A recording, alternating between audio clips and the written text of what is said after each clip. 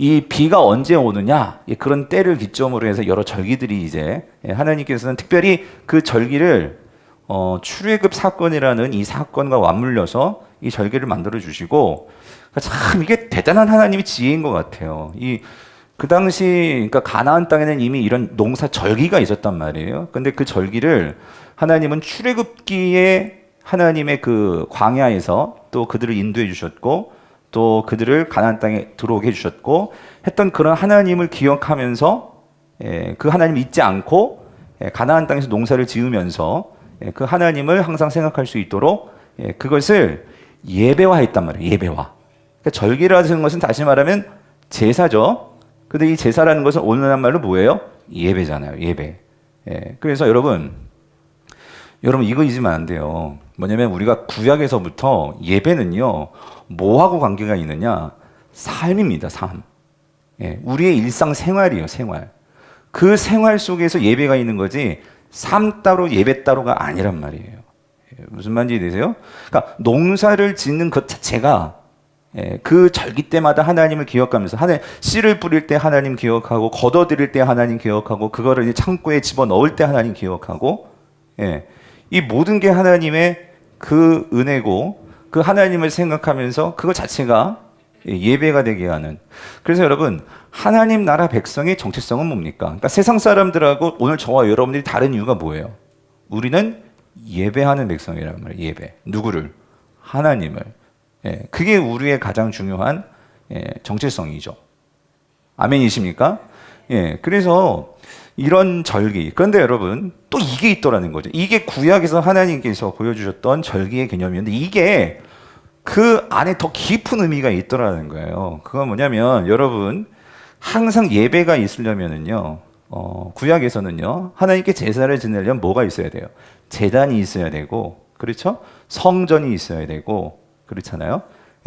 그곳이 바로 하나님께 예배하고, 또 하나님께 제사를 드리려면, 그러면 여러분 성전이 되려면, 그러니까 예배를 하려면 뭐가 있어야 예배를 할 수 있을까요? 재물이도 재물, 더 중요한 게 있어요. 뭐가 있어야 돼요? 하나님이 계셔야죠. 아무리 좋은 재물을 갖고 와도 하나님이 없으면 그게 예배예요? 아무리 좋은 재물 내가 준비해서도 바알에게 드리면 그게 예배예요? 아니죠. 하나님이 계셔야 되잖아요. 아멘이십니까? 그래서 여러분, 구약에서 성막이든지 성전이든지 그 성전은 곧 예배하는 장소죠. 그런데 중요한 게 이게 있어요. 성전이 성전되고 성막이 되고 어찌됐든 그 성전이 되기 위해서 제일 중요한 게 뭐예요? 하나님의 임재란 말이에요. 임재. 하나님이 계셔야 된단 말이에요. 그래서 성전은 어떤 의미냐면, 여러분 그걸 기억하셔야 돼요. 건물이 크고 이게 아니고, 성전이 되려면 그러니까 하나님이 거기 계셔야 된단 말이에요. 아멘이십니까? 그러니까 하나님이 계신 곳이면 사실 그게 뭐예요? 성전입니다. 성전. 근데 우리는 이걸 잊어버리면 겉 모양이 이제 우리가 그리고 있는, 여러분이 교회하면 어떤 교회의 어떤 그 상이 있잖아요. 그렇죠? 어떤 건물, 그렇죠? 꼭 십자가가 있어야 되고 뭐 이런 그런 게 있잖아요. 그죠? 그런데 그거에 앞서서 여러분 아무리 막 교회에 막 십자가 휘황찬란한 십자가가 달려 있고, 막 예전에 막 중세 시대 같이 막 고딕 양식에 막 하늘을 찌를 듯한 막 첨탑이 높게 막 솟아 있고, 아무리 그런 건물이라 할지라도 거기에 하나님이 거하시지 않으면 그 성전입니까? 아니죠. 교회예요? 아니죠. 그러니까 하나님이 거하셔야지만. 그게 교회란 말. 그러니까 여러분 그거 보세요. 야곱 맞죠? 야곱이 에색이 쫓겨가지고 집에서 도망쳐 나오잖아요. 그래가지고 그 벌판 같은 이 광야에서 그 집 쫓겨 나와가지고 형한테 그냥 죽임 당할까봐 쫓겨 나와가지고 그 밤에 노숙을 하잖아요. 그래가지고 거기다가 이제 돌베개 자고, 우리 그 찬양 있잖아요. 돌베개 베고 잠. 뭐 있잖아요. 그죠? 같습니다. 있잖아요. 그럴 때, 여러분, 그런데 거기 돌베개 베고 자는데, 거기 뭐가 있었어요? 하나님의 임재가 있었지. 그거를 창세기에서 뭐라고 표현해? 하늘로부터 뭐가 내려왔죠? 사닥다리가 내려왔잖아. 그죠? 그래가지고 하나님의 사자들이 왔다 갔다, 천사들이 왔다 갔다 하며. 그래서 여러분, 그래서 거기를 이름을 뭐라고 그래요? 그거를. 벳델. 엘은 엘은 하나님 뜻이고 베트라는 이 히브리어는 집이에요, 집. 그러니까 여기가 어디라고? 하나님의 집. 여러분, 하나님의 집이 뭐예요? 그게 성전이란 말이에요, 성전. 그렇죠? 여러분, 요한복음에서 중요한 컨셉 가운데 하나가 바로 이 성전이란 말이에요, 성전. 그래서 여러분, 절기가 나오면 반드시 성막이든지 성전이든지 그 장소가 나오게 되는데, 그래서 여러분, 오늘 이 요한복음에서도요, 그래서 처음으로 이제 예수님이 공생이 시작하시면서 예수님이 이제 갈릴리 지역에 세례 받고 활동하시다가 제일 먼저 예루살렘에 찾아가셔서 올라가시는 곳이 어디였어요? 성전이었단 말이에요. 기억하시죠? 요한복음 2장에서. 그래서 자, 여러분 한번 다시 복습 차원에서 이건 자막 여러분 찾아보세요. 요한복음 2장으로 한번 찾아보세요. 요한복음 2장.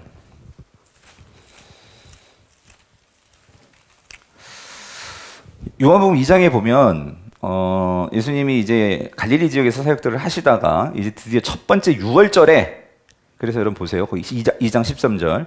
자, 거기 보시면 유대인에 뭐가 가까워요? 유월절이 가까운지라. 그래서 첫 번째 유월절이 나와요. 요한복음에 나오는 첫 번째 유월절. 그래서 그 유월절에 예수님께서 어디로 가셔? 예루살렘으로 가시잖아요. 네, 예루살렘. 여러분, 예루살렘 하면 예루살렘이 예루살렘 될 수 있는 것은 예루살렘에 뭐가 있기 때문에? 성전이 있기 때문에. 그러니까 예수님이 예루살렘에 가시는 것은 어디 가시려는 거야? 성전 가시기 위해서인데, 자, 성전을 올라가십니다. 그죠? 근데 올라가셔가지고 그 첫 번째 하는 일이 뭐였어요? 근데 성전에 갔더니 그 성전이 막 시장통, 난장판이었잖아요. 그죠? 하나님이 정말로 기도하는 집이 되어라 했는데, 만민이 기도해야 하는 집이 되어야 했는데, 거기서 장사하고 있고 막 이게 제대로 성전이 기능을 못 한단 말이에요. 그죠? 그랬을 때 예수님께서 하신 말을 우리가 꼭 기억해야 돼요. 자, 2장 여러분 19절 읽어보세요. 시작.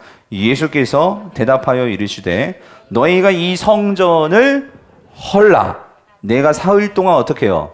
일으키리라 말씀하셨단 말이에요. 그죠? 예. 자, 여러분 여기서 자, 이 6월절이었어요. 그리고 예수님 성전 올라가셨고, 근데 여기서 예수님이 뭘 헐라고? 성전을 헐라고. 그러면 여러분 잘 보세요. 예수님께서 지금 이 성전을 헐라는 것은 왜 성전을 헐라는 거예요? 에? 여러분 지금 성전에서 예배를 드려요, 안 드려요? 예배 드리죠. 그런데 만약에 성전에서 예배를 드리는데 여러분 하나님 나라의 백성의 정체성이 뭐라고요? 뭐 하는 백성? 예배하는 백성. 근데 누구에게 예배해? 하나님께 예배를 하는 거죠. 근데 예수님께서 이 성전을 헐라라고 말하는 것은 무슨 의미일까요? 이들 예배를 안 드리는 거예요? 드리는 거예요. 그러면 뭐가 문제인 거예요? 하나님이 그 성전에 거하시지를 않는 거예요. 무슨 말인지 이해되세요? 예? 이들이 진정으로 하나님을 향해서 예배하는 이 예배가 문제가 있는 거예요. 그러니까 하나님께서 그 예배를 받으시지 않으시는 거지. 그러니까 더 이상 하나님이 그 성전에 거하시지 않단 말이에요. 그러면 성전이 필요 있어요, 없어요? 없는 거죠. 그래서 성전을 뭐 하라고? 헐라고 말씀하시는 거예요. 이렇게 말하니까 보세요. 20절 보세요. 20절 같이 읽어볼게요. 시작. 유대인들이 이르되 이 성전은 몇 년? 46년 동안이나 지었거든. 이게 무슨 말이냐면 우리가 엄청나게 공을 들여서 지었다는 거예요. 여러분 잘 보세요. 아무리 엄청나게 공을 지었어도 거기에 하나님이 거하시지 않으면 이거 말짱 도루묵이란 말이에요. 근데 거기 도루묵이 왜 들어가는 거예요? 네. 완전히 이거는 뭐 하여튼 이 헛수고 하는 거란 말이죠. 그렇죠? 예. 지금 이 사람들이 유대인들이라고 했죠. 유대인들. 그렇죠?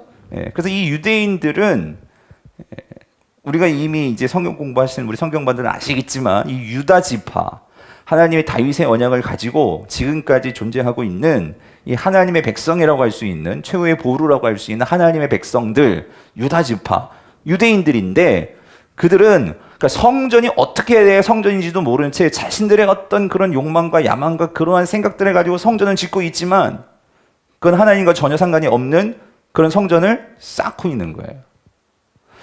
성도님들, 요한복음에서 우리가 잘 봐야 되는 게 뭐냐면 이거예요. 많은 사람들이 예배를 합니다. 많은 사람들이 성전을 짓습니다. 하나님이 일들을 합니다. 그런데 하나님과는 상관없이 나의 열심으로서 내 행위로 하는 그런 예배 행위들, 다시 말하면 신앙생활들, 있다는 거예요. 그런데 주님은 뭐라고 하세요? 그거 다 어떻게 하라고? 헐라고. 그래서 여러분, 우리가 항상 점검을 해봐야 되는 거예요. 내가 지금 방향이 제대로 가고 있나? 내 예배가 정말 하나님이 받으실 예배로 내가 정말 그렇게 신앙생활을 하고 있나? 왜냐하면 우리가 예배를 특히 이렇게 우리 금요기에 나오시고 새벽기도 나오시고 여러분들은 잘 하시고 계시는 건데, 그런데 더더욱 우리가 돌아봐야 될 게 뭐냐면은요, 이 신앙의 관성이라는 게 있어요. 관성. 이 관성은 뭐냐면은요, 우리가 막 달려가다 보면은요, 우리 멈출 때도 바로 못 멈추고, 자동차도 그렇잖아요. 달려가다 보면 브레이크를 밟아도 차가 어떻게 앞으로 쭉 나가죠. 근데 잘 달리던 차가 멈추려고 하면 어떻게 돼? 더 많이 나간단 말이에요.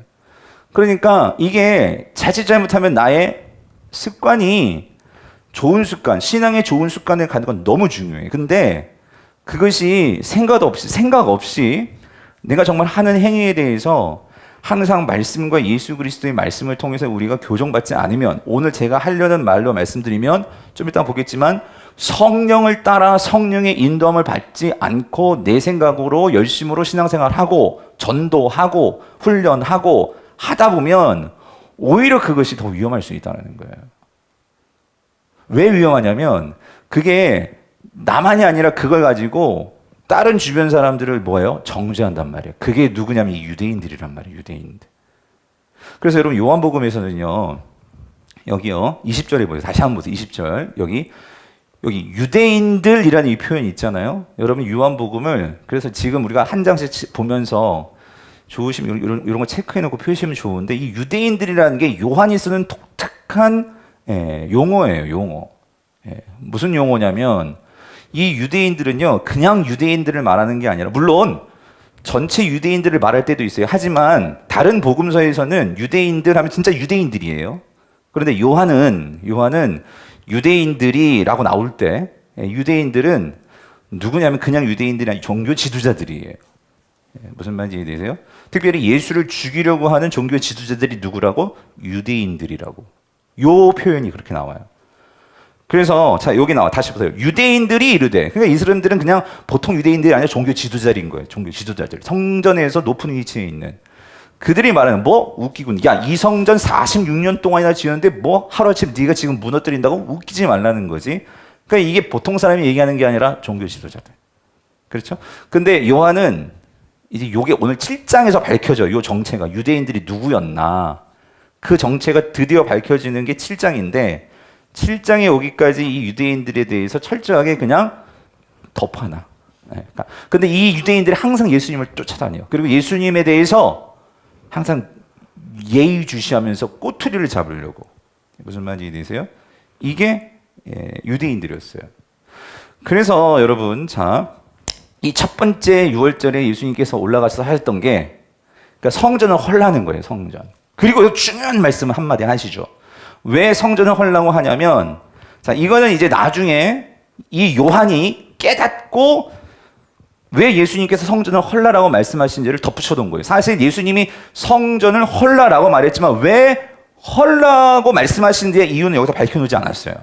그러니까 이 유대인들에게 왜 성전을 헐라라고 말씀하시는지 그 이유는 말씀하시지 않으셨다고. 한데 이것이 이제 점점 가면서 이제 요한복음이 진행하면서 왜 예수님이 성전을 헐라고 말씀하시는지의 그 정체가 밝혀진다고. 그게 오늘 7장이란 말이에요. 7장.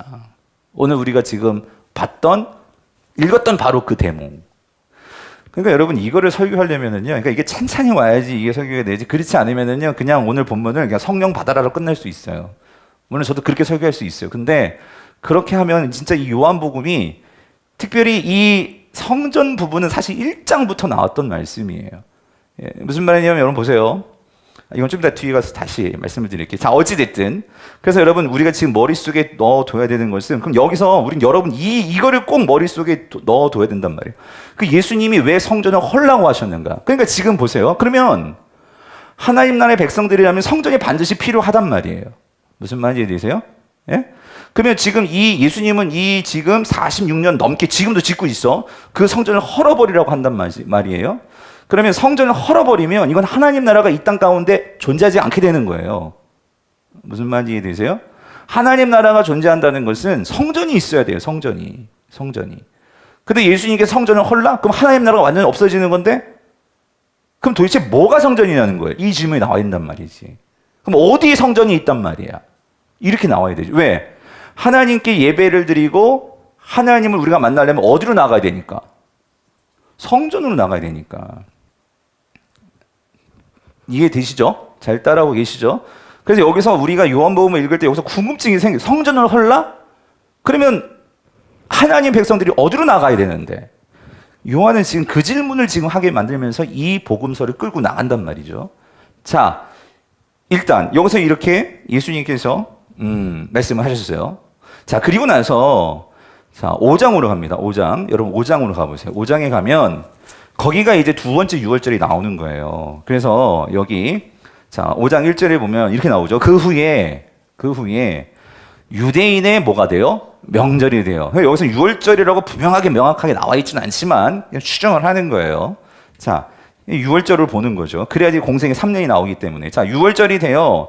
자, 예수님께 또 어디로 올라가셔? 예루살렘에 올라가시는 거예요. 자, 올라가시는데 이번에는 성전으로 올라가시기 전에 성전으로 올라가시지 않고 요한복음엔 성전의 두 번째에는 성전의 사건을 말하기보다 그 성전 가까이에 있는 자, 그 양문 곁에 있는 이 베데스다라는 곳을 찾아간 거예요. 그렇죠? 그래서 여기서 무슨 일을 하셨냐면 38년 된 병자를 고쳐주셨죠. 여러분 기억하시죠?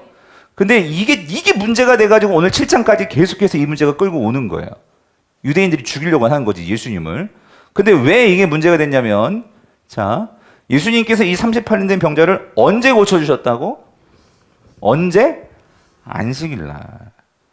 그래서 지금 이 유대인들이 지금 이제 여기서부터 이제 예수를 죽이려고 이제 작정을 하게 되는데, 자, 5장 18절 보세요. 5장 18절에. 자, 예수님께서 안식일에 38년 되는 병자를 고쳐주면서 이렇게 말씀하셨거든요. 17절에서 내 아버지께서 이제까지 뭐 하시니? 우와, 놀래 자빠지는 거지, 유대인들. 이게 무슨 소리야? 안식일날 일하면 돼, 안 돼? 안 되는데 예수님께서 일을 하셨거든요. 그들의 율법에 의해서, 그들의 율법이라면 해석된 율법이지만 그들이 가지고 있는 규율에 따라서, 전통에 따라서, 장로의 전통에 따라서 일하면 안 되는데 일했거든요. 근데 뭐라고 말씀해요? 예수님이 하나님도 일한데 안식일에. 그러니 자, 여기 나오죠. 다시 18절. 여기 또 누가 나와? 유대인들이 나오잖아요. 그쵸? 이 유대인들이 누구라고? 종교 지도자들이에요. 종교 지도자들. 예. 이 유대인들이 뭐래요? 이로 말미암아 더욱 예수를 이제 어떻게 해요? 죽이고자 하니. 예, 죽이고자 하니에요. 근데 여러분 이게 무서운 거예요. 왜냐하면 우리가 진짜 예수를 보게 되면, 그러니까 여러분 우리가 지금까지 신앙이 아까 관성이라고 했잖아요. 예? 드디어 진짜 예수 그리스도가 나타나셨거든요. 구약이 말씀하시는 그 예수 그리스도가 나타나는데 여러분 이거 참 이상하지 않아요? 아니 지금 종교 지도자들은 그 당시 성경 학자들이고 대제사장들이고 누구보다도 성경을 많이 아는 사람들인데 그들이 예수님을 알아봐요? 못 알아보는 거예요. 못 알아보는 거예요. 네? 이게 왜 그러는 걸까요, 여러분? 네?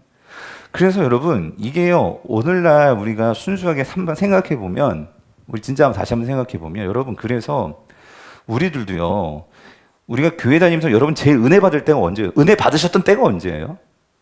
물론 지금이기를 바랍니다. 네, 그런데 우리가 정말로 예수님의 이게 그 복음의 은혜를 막 받고 할 때는 오히려 아무것도 모르는 초신자 때 있잖아요. 초신자 때. 예? 그냥 무슨 말을 해도 그냥 그게 막 이렇게 쑥쑥 들어오고 막 그럴 때가 있지 않았어요? 근데 어느 순간에 들은 것도 많아졌고 경험도 많아졌고 본 것도 많아졌고 막 하다 보니까 그때부터는 뭐 해죠? 뭐 해요? 자꾸 이렇게 뭐예요? 잰다고.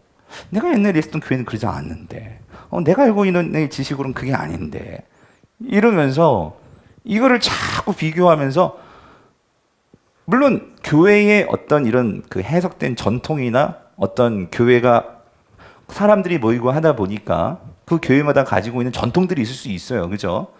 예, 그런데 전통은 사람들이 모이다 보니까 사람들이 어떤 신앙의 어떤 그 관습, 신앙의 어떤 그 행위들을 하다 보면 그것이 관습이 되고 어떤 형식이 된단 말이에요. 형식. 그렇죠? 예. 그런데 형식은 사실은 어떤 내용을 담는 중요한 것이지만 오늘 그 형식에 앞서서 우리가 진짜 놓치면 안 되는 게 뭐냐면 내용이죠. 그죠? 그 본질이죠, 본질. 이거를 볼 수 있어야 되고 이거를 붙들어야 되는데 우리는 자꾸만 이 형식을 가지고 자꾸만 그걸 갖고 따진단 말이에요. 종교 지도자의 문제는 뭐냐면요. 율법을 처음에 이렇게 쪼갰던 것은 잘 지키려고 했던 거예요. 무슨 말인지 되시죠? 예? 근데 잘 지키려고 이렇게 쪼개고 분석하고 어떻게 하면 율법을 잘 지킬 수 있을까? 그 성경에 나오는 율법을 다 세가지고 316가지로 정리를 하고 예스 율법, 노 율법 정리하면서 막 했는데 또 그것만 있는 게 아니라 그걸 가지고도 또 이거 해석해. 어떻게 하면 이게 율법이, 어떻게 하면 이거를 지킬 수 있고 안 지킬 수 있을까? 그러다 보니까 막 더 많은 율법들이 막 붙어지는 거예요. 이게 율법에 이제 그 해석된 율법 해가지고 이게 탈무드나 여러 가지 이런 미드라시나 이런 것들이 막 붙으면서 더 복잡해지는 거지. 그러니까 종교 지도자들은 그걸 가지고 율법을 보고 하나님 마음을 보는 게 아니라 이런 게 붙다 보니까 예수가 와서 그 하나님의 율법에 정말 그 정신이 무엇인지를 삶으로 보여주는데 그게 보여? 보여요? 안 보이는 거예요. 우리가 신앙생활하면서 여러분 이거를 우리가 진짜 조심하지 않으면 우리가 신앙에 이제 연륜이 붙고 신앙생활을 많이 했지만 그것이 오히려 하나님께 나아감에 있어서 걸림돌이 되고 장애가 될 수도 있다는 거예요. 주님이 안식일에 오셔서 안식일이 뭐예요? 안식은 정말 쉼 아니에요, 쉼. 38년 된 병자에게 그 인생에 진짜 쉼을 주셨는데도 그걸 가지고 일했다고 지금 뭐 하는 거예요? 예. 이러고 있는 이 종교 지도자들. 자, 이 일에서 다시 한번 보세요. 이 유대인들이 누구라고? 종교 지도자들. 그러니까 이들이 지금 예수님을 뭐 하려고 해요? 죽이려고 했단 말이에요. 그쵸? 자, 그리고 나서, 자, 여러분, 세 번째 유월절이 나와요. 6장으로 가보세요. 6장. 6장에 보면, 거기 또 나오죠. 6장 4절에. 마침 유대인의 명절인, 뭐요? 여기 유월절이 가까운지라. 그쵸? 그쵸? 그러면 예수님이 이제 유월절이 됐으니까 어디로 가셔야 돼? 어디로 가셔야 돼? 우리가 상상할 수 있죠. 어디로 가셔야 돼? 예루살렘으로 가셔야 되잖아요. 근데 이번에 안 가죠. 예루살렘을 안 가죠. 왜 안 가실까요? 제일 지혜로운 대답. 근데 왜냐면 아까 봤잖아. 지금 예루살렘에서 지금 예수님 뭐 하려고 그래? 죽이려고 하고 있잖아요. 그러니까 예수님도 올라갈 때와 피할 때를 알고 계시는 거예요. 그죠? 예. 네, 지금 안 올라가십니다. 안 올라가시고 이때는 뭐 하시냐면 갈릴리에서 더 사역에 집중하세요. 갈릴리 사역을 집중을 하시면서 근데 여기서 아주 중요한 게 뭐냐면 그래서 여기에서 특별히 이 6장에서요. 지금 요한복음만 가지고 얘기해 볼게요. 6장에서 예수님이 여기서 아주 놀라운 기적들을 오병이어 기적 행하시죠? 예. 그리고 무리를 걸어 가십니다. 그렇죠? 이 놀라운 기적을 행하셨어요. 그렇죠? 그런데 여러분 이거 아세요?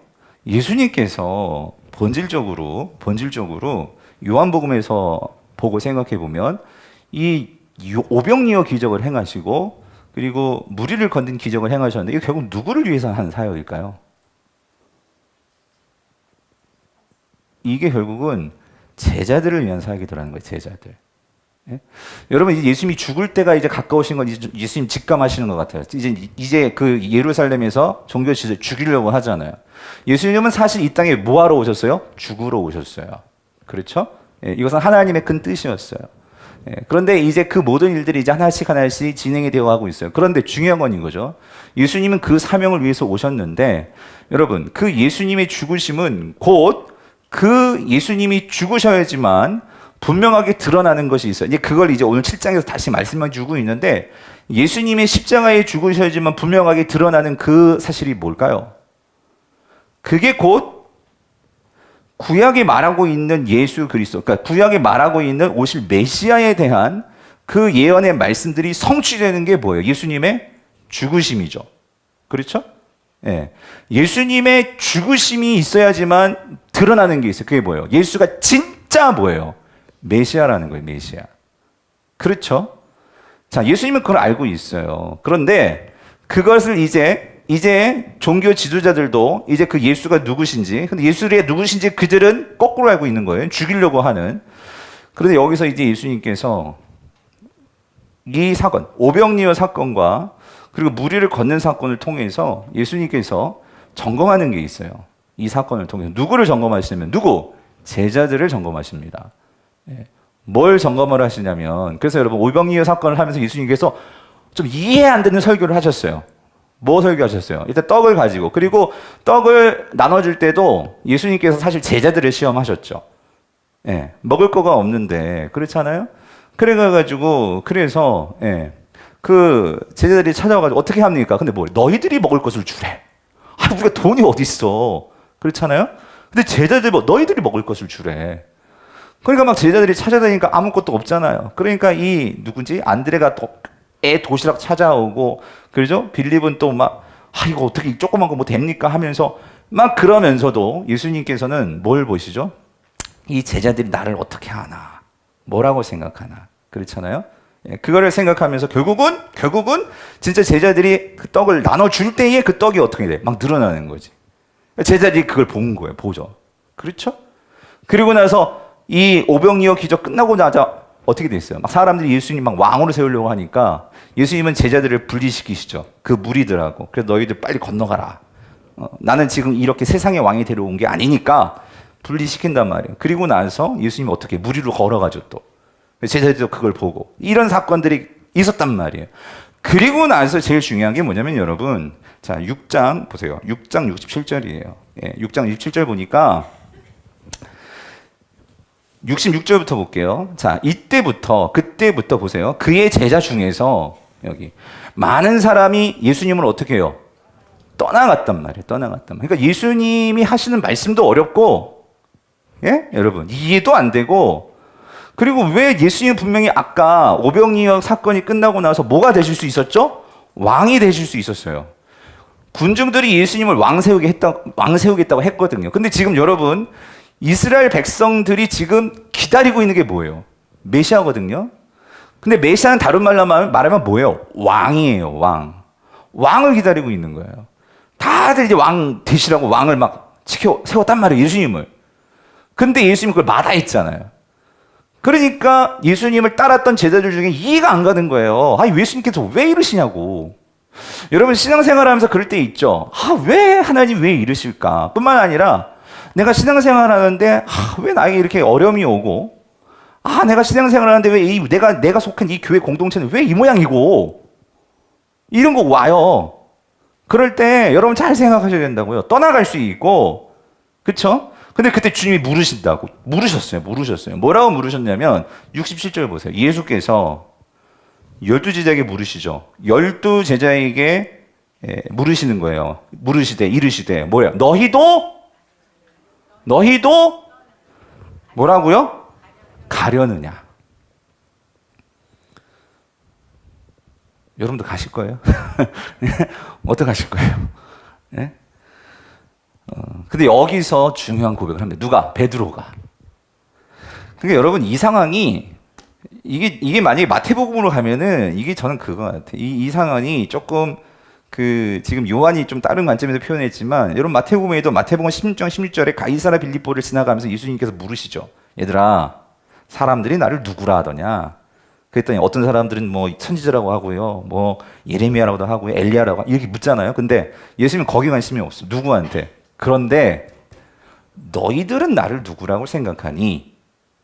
여러분 이 질문이 왜 중요하냐면, 이제 주님께서 이제 곧 어떻게 되세요? 십자가에 달려 죽으실 거란 말이에요. 이 세상 떠나가신단 말이에요. 그러면 그 예수님의 사역을, 그러니까 예수님이 걸어가신 길을 그대로 따라가야 할 자들이 누굽니까? 제자들이잖아요, 제자들. 그러면 예수님을 따라가기 위해서는 어떻게 해야 돼요? 예수님이 떡 만들어준 거를 배워가지고 우리 떡 만들어줘야 돼요? 아니죠. 예수님이 이 땅을 사랑하셨던 삶이 어떤 삶인지를 내가 정말 알고, 아무리 내 삶이 힘들고 어려워도 내가 따랐던 그 분이 진정한 메시아이시고 그리스도이신 걸 내가 알기 때문에 그분을 따라갈 수 있는 자가 돼야 되는 거죠. 그게 누구예요? 제자잖아요, 제자. 그렇죠. 그래서 지금 주님은요, 뭐 하고 있는 거야? 사실 제자 훈련하고 있는 거예요, 지금. 제자들을 데리고. 너희들은 지금 나를 누구라고 생각하니? 그렇잖아요? 지금 다 떠나갔어요, 이미. 떠나갈 사람 다 떠나갔어. 그러니까 정말 예수님도 진짜를 두고 싶은 거예요, 진짜. 진짜를 두고 이들을 데리고 이제 끝까지 가고 싶은 거지. 왜? 그래야 이제 이들을 통해서 어떻게 해요? 제대로 된 하나님 나라가 세워질 수 있으니까. 여러분, 저도 이거하고 정말 많이 고민했어요. 뭐냐면, 저도 인간이기 때문에 사람들이 많은 게 좋아요. 요즘 이상하게 금요기도가 사람이 적으니까 있잖아요. 죄송하네요. 설교할 맛이 안 나는 거예요. 예? 이게 인간적인 생각이야. 아니, 그래서 아내하고, 요즘 왜 금요기도가 점점 이렇게, 나한테 문제가 있는 건가? 아니면 왜 집사님들, 권사님들도 잘 안 나오시고, 뭐 하시는 건가? 내가 투명인간이 돼가지고 한번 쫓아가 보고 싶기도 하고, 권사님들, 장로님들 뭐 하시는 건가? 여러분. 근데 제가 이 부분을 보면서 깨달은 게 있어요. 여러분, 뭐냐면은요. 여러분, 그러니까 우리가요, 여러분, 교회가 사람이 많은 것도 중요하지만, 여러분 자신도 한번 생각해 보세요. 뭐냐면, 우리가 이 시대에 목회를 하면서요, 정말 복잡다단하고, 정말 이 시대는 진짜와 가짜가 섞여 있는 시대거든요. 예수님도 지금 요 작업들을 통해서 지금 예루살렘으로 올라가기 전에, 요번에 이 세 번째 유월절에 올라가지 않으셨잖아요. 그죠? 지금 예루살렘에서 지금 예수님을 죽이려는 지금 그 모의와 그런, 계략들이 지금 있단 말이에요. 근데 여기에서 예수님이 진짜를 만들어 놔야지만 예수님은 어차피 죽게 돼 있으셔요. 죽으실 거예요. 근데 그것보다도 중요한 건 그 예수님의 죽음을 이해할 수 있는 그 한 사람. 신앙이 복받고 일 잘 되는 게 그게 신앙의 진짜 모습이 아니거든요. 예수님은 정말 이 땅에 죽으시러 오셨어요. 그래서 예수님께서 말하시는 바도, 그래서 예수님께서 오늘 이 요한복음에서는 그게 나오지 않지만 마태복음에서는 이 베드로가 고백하죠. 주는 그리스도시요 살아계신 하나님의 아들이십니다. 이 고백을 한단 말이에요. 요한복음 버전으로는 이렇게 고백을 합니다. 베드로가 뭐라고 고백해요? 69절. 우리가 뭐래요? 주는 하나님의 거룩하신 자이신 줄 믿고 뭐예요? 알았사옵나이다. 비슷하죠? 그렇죠? 같은 고백이에요. 누가 고백해서? 베드로가 고백을 했어요. 그렇죠? 고백을 했다고. 이런 상황에서 주님께서 뭐라고 말씀하시면 여러분 잘 보세요. 마태복음 16장 16절에서는 주는 그리스도 살아계신 하나님의 아들이십니다 라고 고백을 하자, 예수님께서 그 뒤에서 뭐라고 고백을 하시냐면 그 뒤에서 이 고백을 드디어 하시는 거예요. 뭐냐면 이제 내가 예루살렘에 올라가면 죽는다. 그리고 부활한다. 이걸 첫 번째로 예수님께서 예언을 하십니다. 죽으심에 대해서 드디어 말씀을 하시는 거예요. 제자들에게. 무슨 말인지 이해되세요? 그리고 나서 곧바로 말씀하신 게 뭐냐면 이건 누구든지 나를 따르려거든.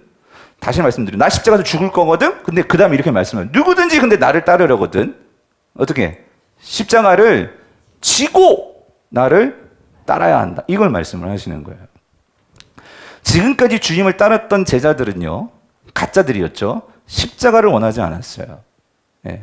그냥 예수 잘 믿고 그냥 편안하게 신앙생활하고 좀 뽀대 있게 교양 있게 교회 다니니까 좀 일도 잘 되고 뭔가 막 복도 많아가지고 좀 이렇게 세상에서도 좀 잘 되고, 이건 종교죠, 종교. 귀복 종교. 정성을 들이면 정성을 들인 것만큼 뭔가 내가 얻어낼 수 있는. 근데 예수님은요, 예수님이 정말로 이 땅에 오셔서 그 예수님을 따르겠다는 제자들에게 주시고자 하는 삶은요, 그러한 기복의 그 삶이 아니고 예수 그리스도를 닮아감으로 정말로 우리가 하나님 나라에서 누릴 이 땅의 모든 것을 정말로 초월하는, 그러니까 이 땅의 모든 것이 우리에게 내가 거기에 속박돼가지고 그것을 끌려다니는 그런 존재가 아니라 이 모든 것들을 창세기 1장의 버전을 말하면 다스릴 수 있는, 오히려 내가 왕같이 그 모든 것들을 다스리면서 하나님의 영광을 나의 삶을 통해서 보일 수 있는, 지금 내 삶은 엄청난 고난이에요. 고난 바가지가 막 그냥 이렇게 쏟아졌는데도, 그런데도 그런 상황 속에서 예수 그리스도를 바라보면서 그것을 감사하면서, 그러니까 다른 사람들은 어떻게 저런 상황에서 살 수 있을까 하는데도 이 사람은 그 삶을 살아내. 무슨 말인지 이해되세요? 그런 삶에 세상에서는 쫓아갈 수도 없고 세상에서는 가질 수도 없는, 그래서 예수님이 이걸 평안이라고 말하죠. 내가 너에게 평안을 주러 왔다. 이 평안. 예? 이거를 누릴 수 있도록 예수님께서 주시려는 게 예수님의 의도고, 그렇죠? 그러니까 왕같이 예? 다스릴 수 있는 그런 삶. 자, 이런 삶을 주시려고 왔는데, 그런데 우리는요, 그게 아니라 우리가 생각하는 세상의 샬롬이 있죠. 뭐로? 힘을 가지고 다스리는 샬롬, 돈을 가지고 다스리는 샬롬, 어떤 실력으로 가지고 다스리는 샬롬. 예. 돈 있으면 사람들이 입을 막을 수 있어요. 예. 그렇죠? 예. 맛있는 거 사주면 입 막잖아. 예? 그러니까 여러분, 돈 있으면 돼요. 근데 다 소화되면 어떻게? 다시 돌아와요. 똑같이. 예. 근데 오늘 본문도 보세요. 분명히 자기 십자가를 지고 나를 따르라고 했잖아요. 마태복음에서는 마가, 누가는 공이 그렇게 얘기했는데 요한복음 뭐라고 얘기하자면 요한은 그걸 다른 관점에서 이렇게 말해요. 뭐냐면 십자가를 지지 않고 따르는 자들은 다 뭐다? 가짜다 그 말이에요. 가짜. 그게 무슨 말이냐면 여러분 뒤에 보세요. 예수님께서 베드로가 고백하자마자 70절에서 이렇게 말씀하시죠. 뭐라고 말씀하세요? 예수께서 대답하시되 내가 너희 12를 택하지 아니하였느냐? 그러나 너희 중에 한 사람은 뭐다? 가짜라는 거야. 예수님을 따른다고 했지만 뭐를 안 지고 따르는 거야? 자기 십자가를 지고 자기를 부인하지 않고 따르는 죄들이 있다 없다? 여러분, 우리 진짜 내가 진짜인지 가짜인지, 예? 여러분 정말 우리가 진짜 될 수 있기를 간절히 바랍니다. 그리고 이 시대 우리 교회가요 진짜 될 수 있기를 간절히 바라요. 예? 우리가 항상 이것을 생각하고, 예? 그렇게 살지 않으면 우리는 따랐다고 따랐는데 나중에 보니까 가짜였어요. 이게 얼마나 큰. 근데 여러분, 복음서에서, 요한복음 말고 마태마가 누가복음, 복음서에서 근데 주님께서 이렇게 말씀하세요. 비유지만, 주님, 그러니까 비유로 지금 가라지하고 알곡이 있는데 종들이 그죠? 가라지 다 뽑아버릴까요? 근데 요즘 주인이 뭐래? 아니, 그냥 놔두래. 놔두라고. 나중에 누가 뽑을 거예요? 하나님이 뽑으신다고. 그래서 우리가요, 그런 부분에서 우리가 항상 여러분 그날을 생각하시고 우리가 주님을 이 십자가를 지고 따른다는 것이 이게 진짜란 말이에요. 이게 진짜. 그래서 여러분 성도는 힘들어요. 힘들어요. 제대로 진짜로 살아간다는 게 힘들 수 있어요. 그러나 그게 만약에 그렇게 삶을 끝나버린다면 진짜 힘들고 이건 진짜 너무 힘든 거지. 그런데 그 마지막이 있단 말이에요. 그 마지막에 진짜와 가짜가 갈리는 그날이 있단 말이에요. 이거를 생각하고 이거를 정말로 믿는다면 지금 이 땅에서 십자가를 지고 자기를 부인한다는 것이 이게 힘든 게 아니고 그게 뭐가 되는 길이야? 진짜가 되는 길이란 말이야. 진짜가.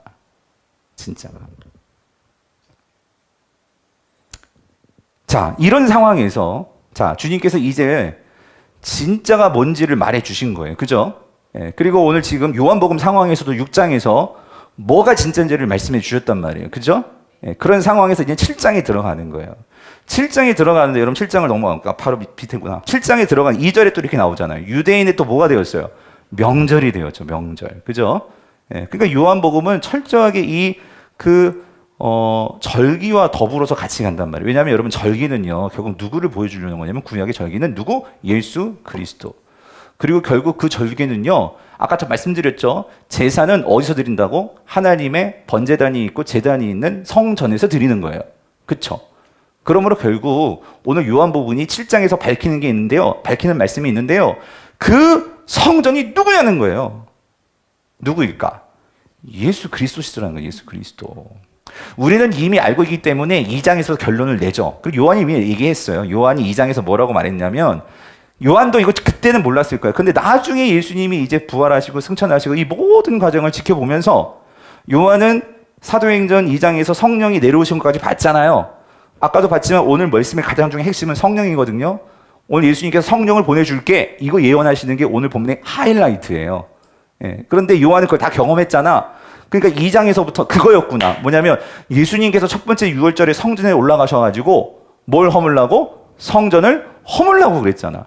유대인의 입장에서 성전이 허물어지는 것은 이 땅이 망하는 거예요. 무슨 말인지 이해되세요? 성전이 없어지면 이건 엄청난 이건 재앙인 거지. 그런데 왜 예수님이 성전을 허물라고 하신 거예요? 누가 성전이니까? 예수님이 성전이니까. 그거였던 거예요. 요한이 그거를 깨달은 거예요. 그래서 예수님은 이 땅에 오신 뭐예요? 걸어다니는 성전이셨어. 그러니까 여러분 그 4장에서 사마리아 여인 만났을 때 말씀하시잖아. 이제는 예루살렘도 아니고 그리심산도 아니고 너희가 영과 진리로 예배할 때가 이르렀는데 바로 언제라고? 이때라고. 영과 진리만 있으면 어디서든지 예배할 수 있다. 예. 예수 그리스도가 오셨기 때문에. 여러분 아멘이십니까? 왜? 예수님의 성전이 거하시기 때문에, 이 땅 가운데 거하시고 계시기 때문에. 예. 그래서 요 이해를 가지고 7장 이제 들어가는 거예요, 우리가. 그 7장에 들어가니까, 자, 우리가 지금까지 봤죠. 아니나 다를까 지금 7장에서 보니까 예루살렘 누구를 기다리고 있냐? 유대인들이 누구를 기다리고 있었어요? 예수님을 기다리고 있어. 뭐 하려고? 죽이려고. 그쵸? 그래서 예수님은요, 조심조심 은밀하게 올라가신 거예요. 그죠? 예. 그 형제들은 막 떠벌리면서 올라가자! 그랬는데, 예수님은 맨 처음에 그걸 안 가려고 했죠. 근데 하나님이 뭐야? 가라 하시니까 순종해서 가셨단 말이에요. 자, 올라가셨어요. 자, 올라가셨는데, 그래서 예수님께서 이제 초막절에, 자, 초막절, 이 초막절 절기에, 자, 올라가셔서 그 예루살렘 성전에서, 자, 유대인들의 이 예의주시를 받으면서, 예, 거기에서 설교를 하십니다. 근데 설교를 했을 때, 놀라운 반응이 나왔어요. 무리들 중에는 예수님의 설교를 듣고 예수님을 믿으려는 사람들이 있었어요. 자, 그게 여러분 오늘 본문 31절을 보세요. 여러분 31절을 보니까 같이 읽어볼게요. 31절 시작. 무리 중에 많은 사람이 예수를 어떻게 믿고 그랬잖아요. 그렇죠? 무리 중에는 여러분 여기서 잘 보세요. 유대인들이라 하지 않았어. 무리들이라고 했죠. 지금 요한은 철저하게 유대인들하고 무리들을 구분해서 말하고 있어요. 그렇죠? 기억하시죠? 유대인들이라고 말할 때 이건 누구라고? 지도자들이라고. 그렇죠? 무리는 그냥 평민들이에요. 백성들, 그냥 주민들이에요. 근데 무리들 중에는 예수를 이제 믿으려고 하는 거죠. 근데 왜 믿느냐? 이것도 중요해요. 왜 믿냐? 자, 그리스도께서 오실지라도, 그러니까 이들은 여기서 그리스도는 지금 그들이 기대하고 있는 메시아예요, 메시아. 그러니까 유대인들은 항상 메시아를 기다리고 있었단 말이에요. 그런데 잘 보세요. 예수를 믿는 그 동기가 뭐였냐면, 자, 그리스도가 오실지라도, 예, 뭐라고 말하냐면, 그 행하실 표적이 이 사람은 누구예요? 예수님이지. 예수님이 행한 것보다 더 많으랴? 이렇게 얘기하는 거예요. 그러니까 이 말은 지금 누가 표적을 많이 행하고 있다? 예수님이 표적을 많이 행했다는 거지. 그렇죠? 예. 그러면서, 자, 보세요. 그러면서 사람들이 이렇게 예수님을 막 예수님에 대한 막 그런 반응들이, 좋은 반응들이 막 일어나고 있었단 말이에요. 그렇죠? 그러니까 이거를 누가 알았을까? 유대인들이 아신 거지. 유대인들이 아는 거예요. 유대인들이 아는 거예요. 그런데 이제 32절에서 그 유대인들의 정체가 드러나는 거예요. 확실하게. 그 유대인들이 누구였냐면 32절 시작. 예수에 대하여 무리가 수군거리는 것이 여기 나오죠. 바리새인들에게 들린지라. 바리새인들이었어, 그 정체가. 또 누구냐면 대제사장들과 바리새인들이 그를 잡으려고 뭐예요? 여기가 중요해. 아랫사람들을 뭐했다? 보냈다. 그 소리예요. 아랫사람들을 보냈다. 지금까지는 죽이려고만 했지 뭔가 구체적인 액션은 취하지 않았었어. 무슨 말인지 이해되세요? 이 종교 지도자들이. 근데 이제 뭐 구체적으로 이 예수를 잡으려고 아랫사람들을 보냈다. 이 아랫사람들은 누구냐면 성전 수비대예요. 그 예루살렘 성전에는요, 그러니까 유대인, 이 사람들은 로마 군인들이 아니에요. 유대인들, 즉 종교 지도자들이 부리는 군사가 있었죠. 군사 조직이. 무슨 말인지 이해되시죠? 근데 이 사람들은 그 로마가 모든 치안과 그러한 이 정치적인 권력을 갖고 있지. 이 사람들은 그런 권력은 없어. 성전과 관련된 일에 대해서만 그 권력을 행사할 수 있는 그런 자치, 뭐 민병대, 뭐 하여튼 자치 그런 조직이에요.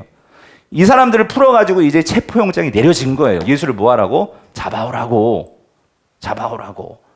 그러니까 지금 여기서 알았지. 지금까지 말했던 그 유대인들이 누구였다고요? 여기서 밝혀낸 누구야? 바리새인들하고, 근데 정확하게 바리새인들하고 누구?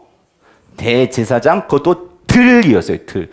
여러분 성경을 볼 때 이제 이런 걸 주의하게 봐야 돼요.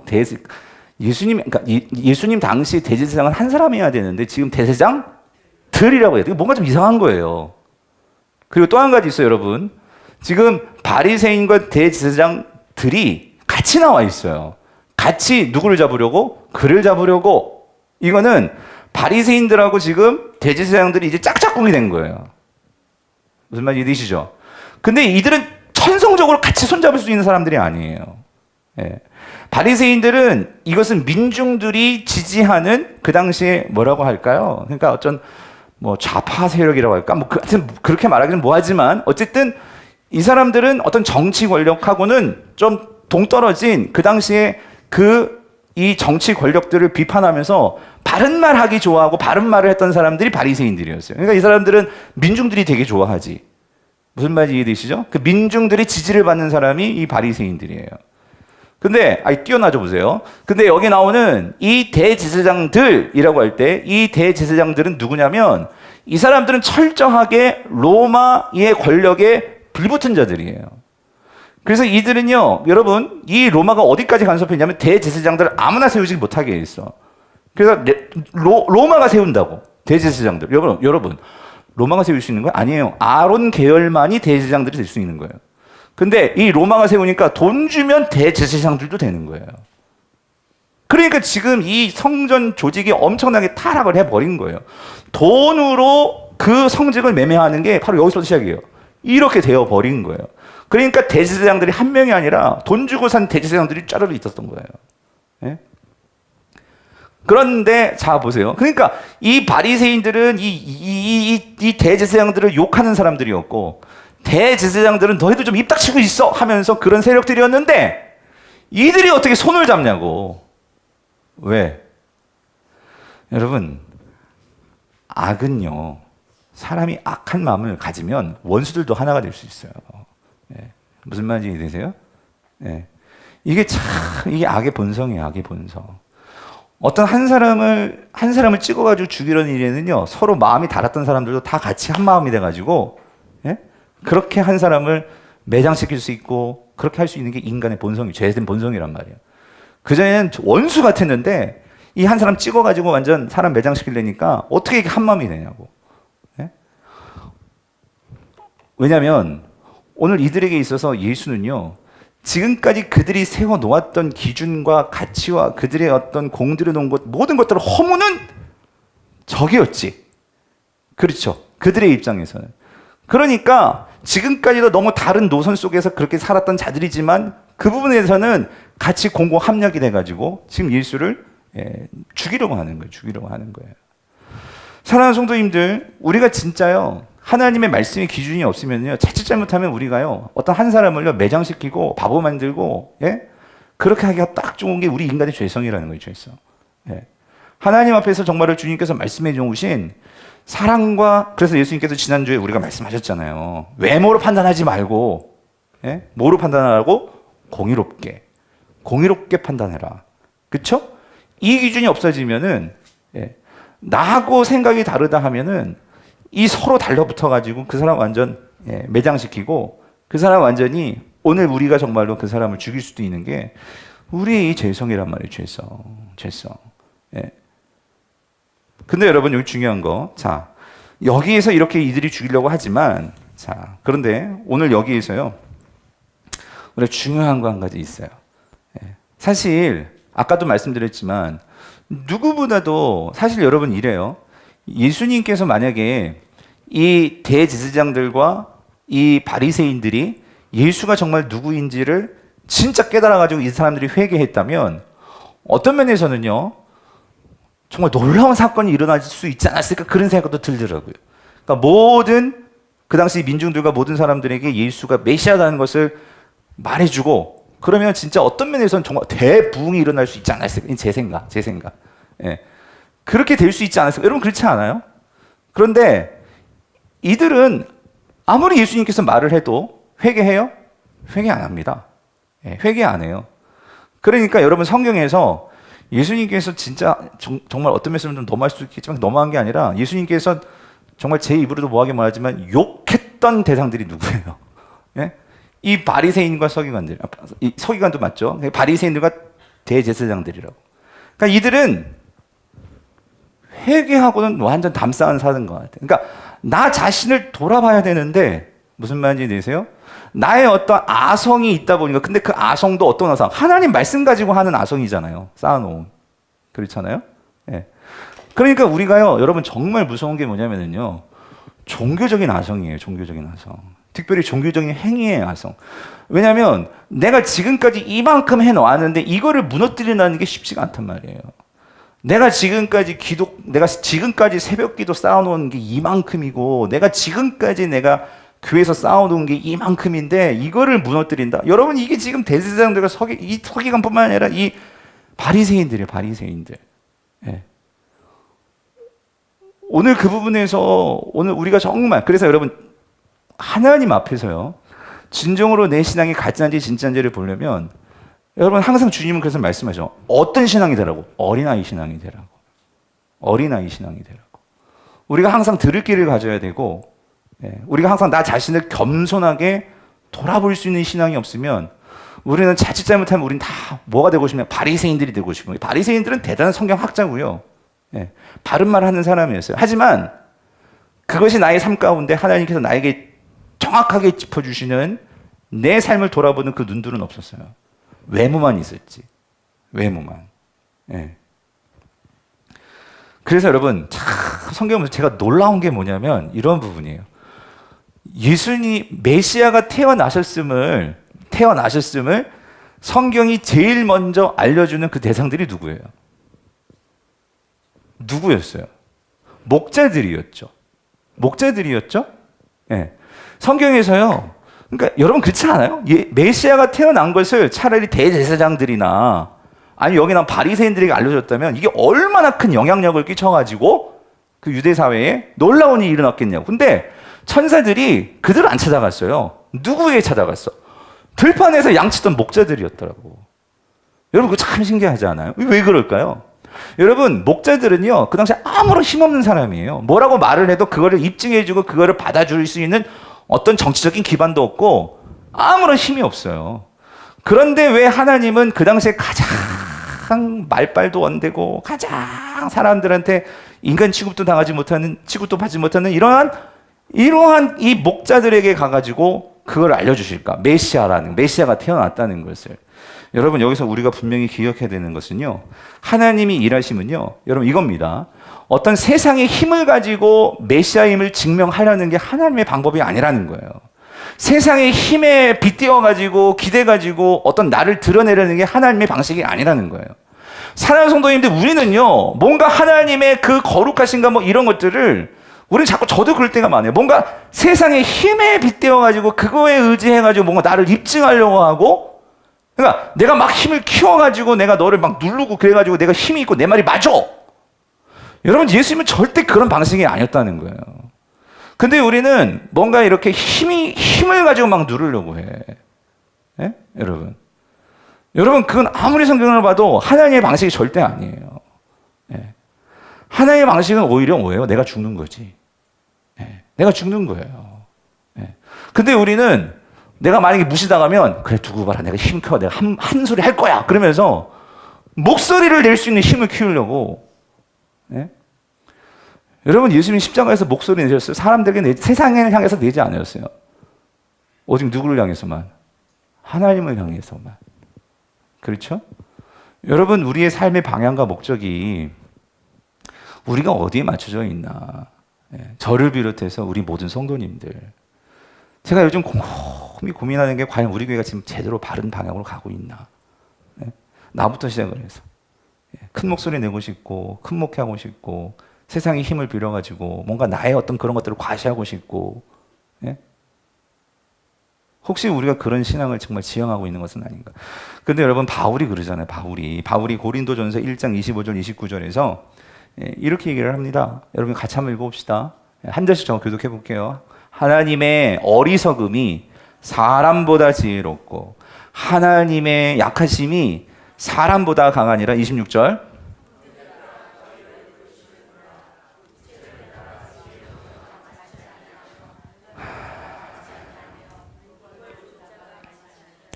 그러나 하나님께서 세상의 미련한 것들을 택하사 지혜 있는 자들을 부끄럽게 하려 하시고 세상의 약한 것들을 택하사 강한 것들을 부끄럽게 하려 하시며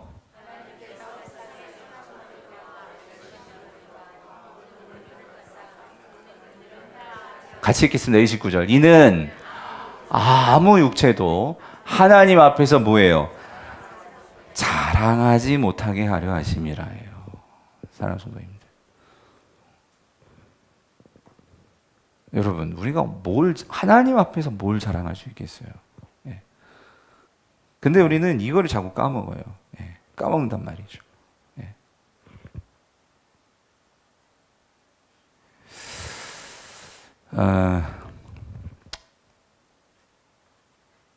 바라기는 이거 오늘 저 초막절 거기까지 나갔어야 되는데 다음 주 또 있으니까 그죠? 예. 시간이 갔어요. 55분이니까 오늘 여기까지만 할게요. 그래서 여러분 33절, 34절만 봅시다. 예, 33절, 34절 시작. 예수께서 이르시되 내가 너희와 함께 조금 더 있다가 나를 보내신 이에게로 돌아가겠노라. 너희가 나를 찾아도 만나지 못할 터이요 나 있는 곳에 오지도 못하리라 하시나. 이게 뭐냐면은 이제 종교 지도자들이 이제 예수님 체포 영장이 발부됐어. 그렇죠? 거기에 대해서 지금 이 말씀은요, 이제 대중들을 향해서 예수님께서 내가 누구인지 정체를 밝히시는 거예요. 근데 여기에서 이렇게 말씀하시죠.